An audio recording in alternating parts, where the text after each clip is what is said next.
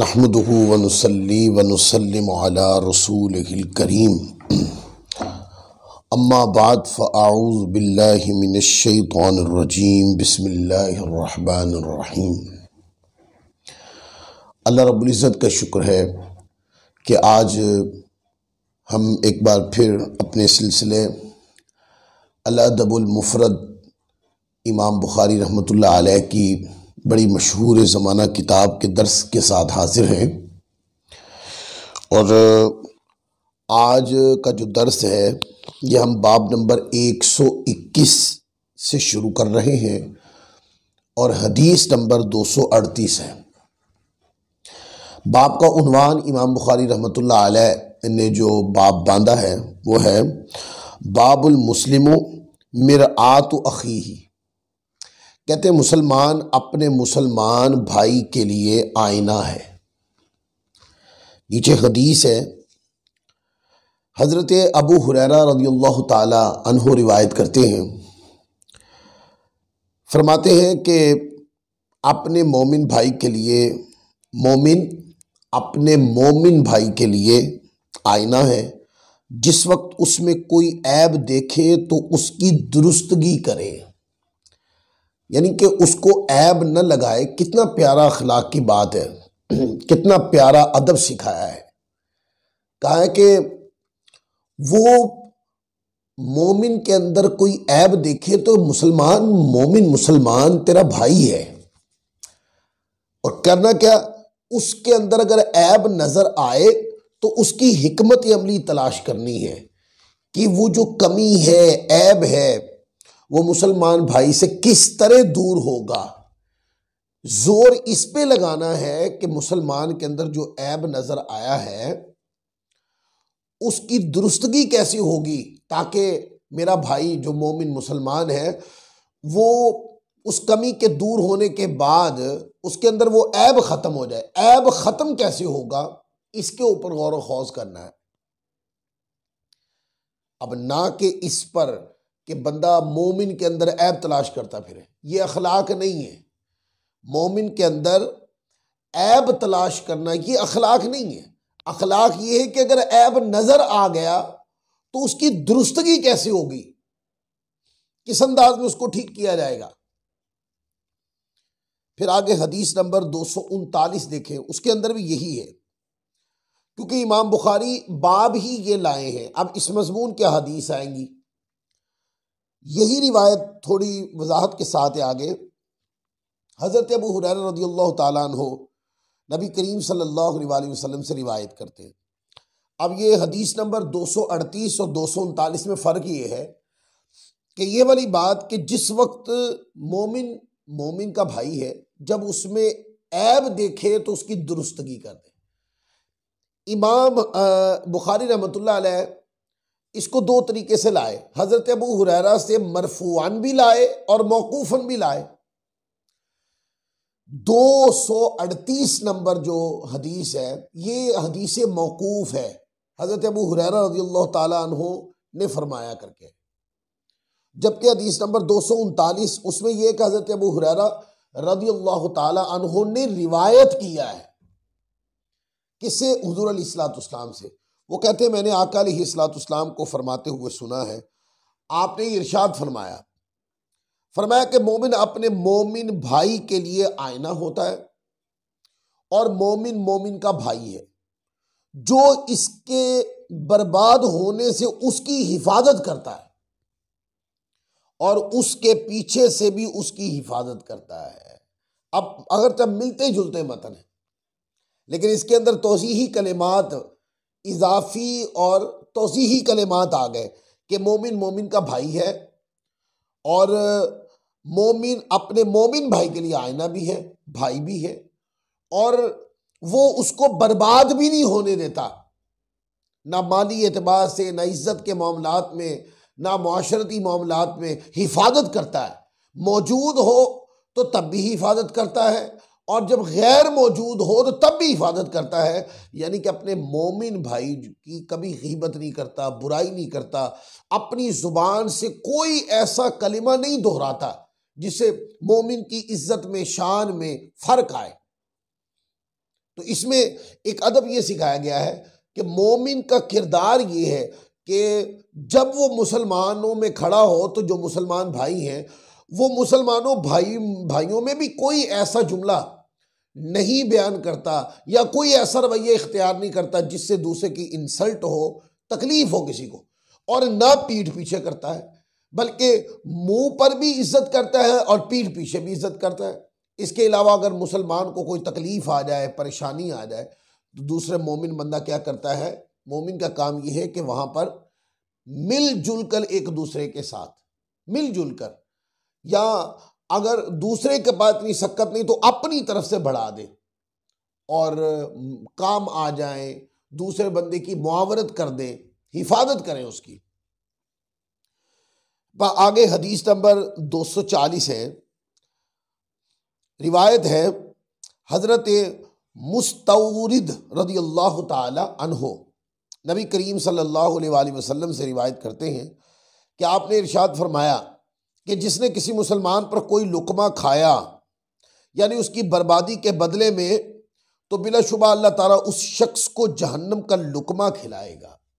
यानी किसी मुसलमान की बर्बादी के लिए, किसी की बेइज्जती के लिए, किसी मुसलमान को तकलीफ देने के लिए, अगर किसी बंदे ने कोई पैसा लेकर किसी को बर्बाद किया, किसी मुसलमान को, लुकमा से मुराद ये है, तो क़यामत वाले दिन वो जो लुकमा मोमिन को बर्बाद करने के लिए खाया था, फरमाया कि ऐसे शख्स को क़यामत वाले दिन अल्लाह ताला जहन्नम का लुकमा खिलाएगा।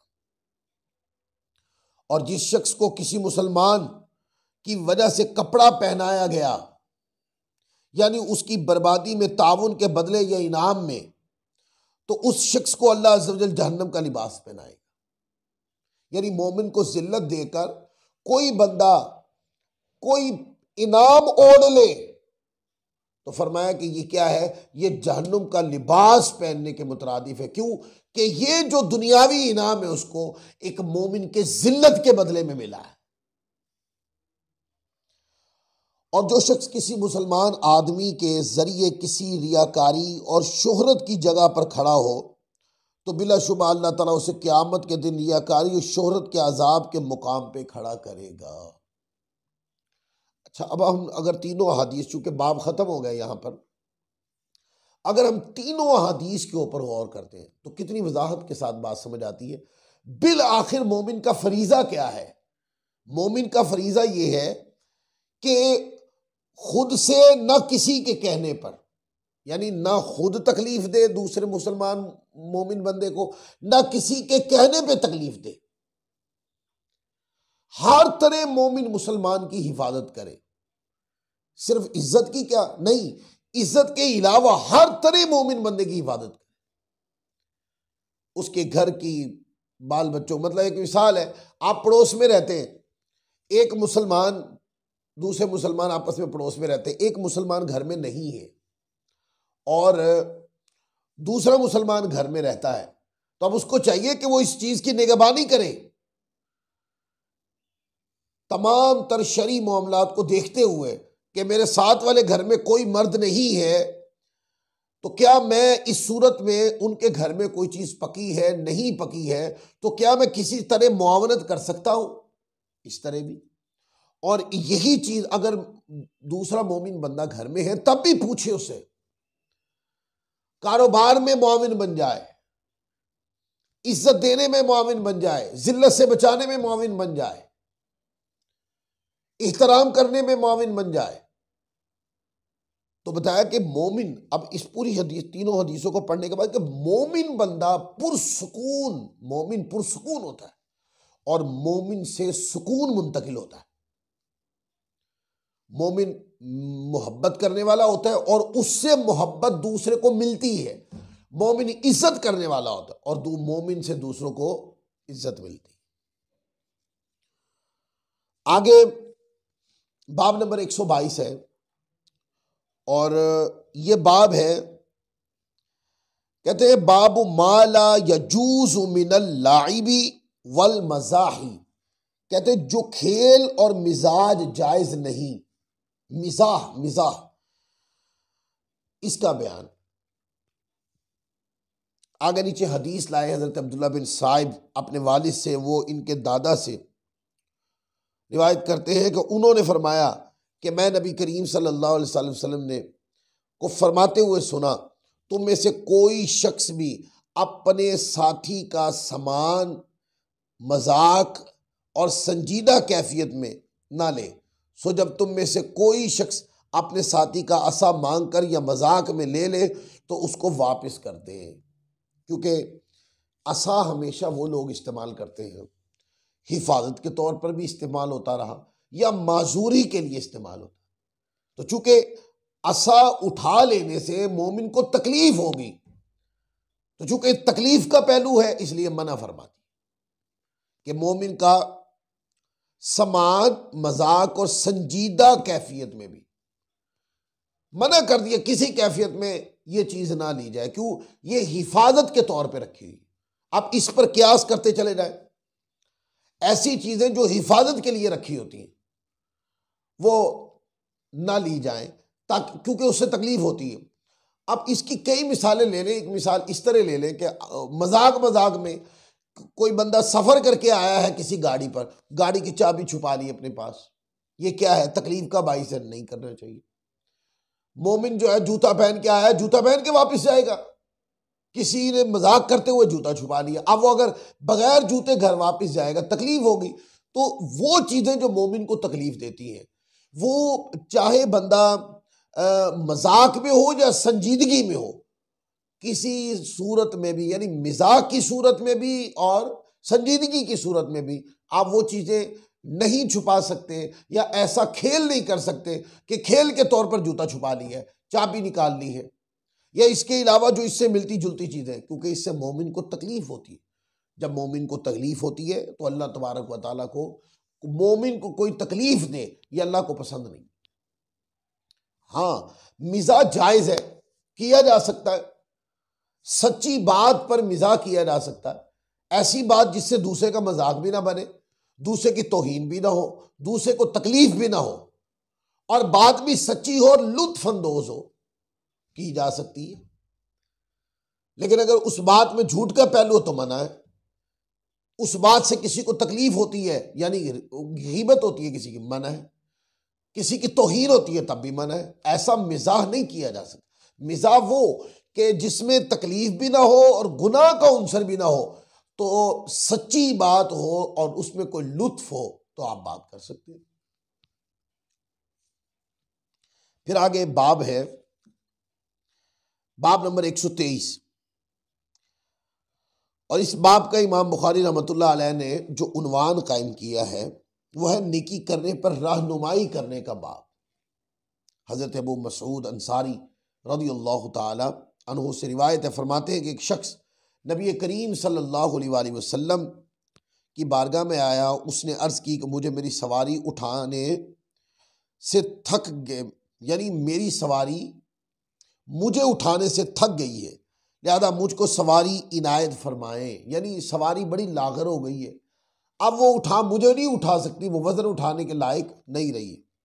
आपको पता है पहले जब सवारियाँ होती थी तो ये कार, वैगन या बस या इस तरह की चीज़ें नहीं होती थी, बल्कि उस वक्त गधे गाड़ी होती थी, घोड़े होते थे, ऊंट होते थे, इस तरह की चीज़ों पे सफ़र किए जाते थे। तो कोई सवारी होगी, जैसे गधा हो, वो तो बूढ़ा हो जाए और लागर हो जाए, कमज़ोर हो जाए, वो सामान यानी कि किसी को उठाने का, बोझ उठाने के लायक ना रहे।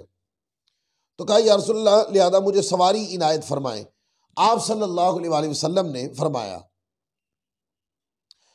मैं सवारी नहीं पाता, लेकिन तू फलां शख्स के पास चला जा, शायद वो तुझे सवारी दे दे। तो वो उस शख्स के पास गया तो उसने उसे सवारी दे दी। बस वो नबी करीम सल्लल्लाहु अलैहि वसल्लम की बारगाह में आया और आपको इस बात की खबर दी कि मुझे फलां ने सवारी दे दी है। तो आप सल्लल्लाहु अलैहि वसल्लम ने इरशाद फरमाया, नेकी की तरफ रहनुमाई करने वाला भी नेकी करने वाले की तरह होता है। यानी कि एक होता है कि किसी ने नेकी की है, एक होता है तरगीब के तौर पर उसकी नेकी को कोट करना, या दूसरे लोगों के दिलों में उसका एहतराम मोहब्बत दाखिल करने के लिए उसकी गैर मौजूदगी में उसकी नेकी का जिक्र करना, क्योंकि सामने तो नेकी का जिक्र करना दुरुस्त नहीं है, पर अगर कोई बंदा गैर मौजूद है पर उसकी कोई नेकी है तो आप दोस्तों में उसकी मोहब्बत बढ़ाने के लिए या नेकी की तरगीब दिलाने के लिए उस नेकी की आप बात कर सकते हैं। तो हुजूर अलैहिस्सलाम के फरमाने पर जिसकी तरफ हुजूर ने भेजा था उसने सवारी दे दी, तो उसने आकर कहा या रसूलल्लाह आपके फरमाने के ऊपर उन्होंने मुझे सवारी दे दी।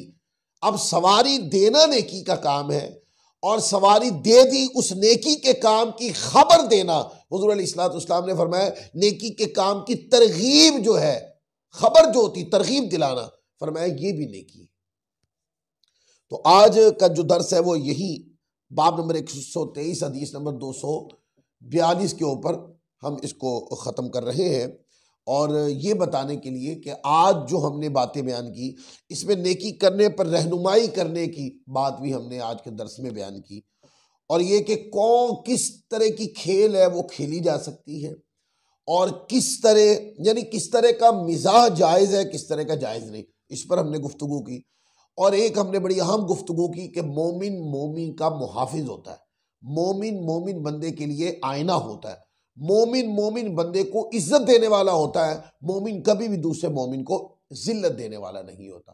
तो इन तीन चीज़ों पर आज का दर्स अल अदबुल मुफरद हमने मुकम्मल किया। अल्लाह ताला हम सबको अमल की तौफीक अता फरमाए। वमा अलैना इल्लल बलागुल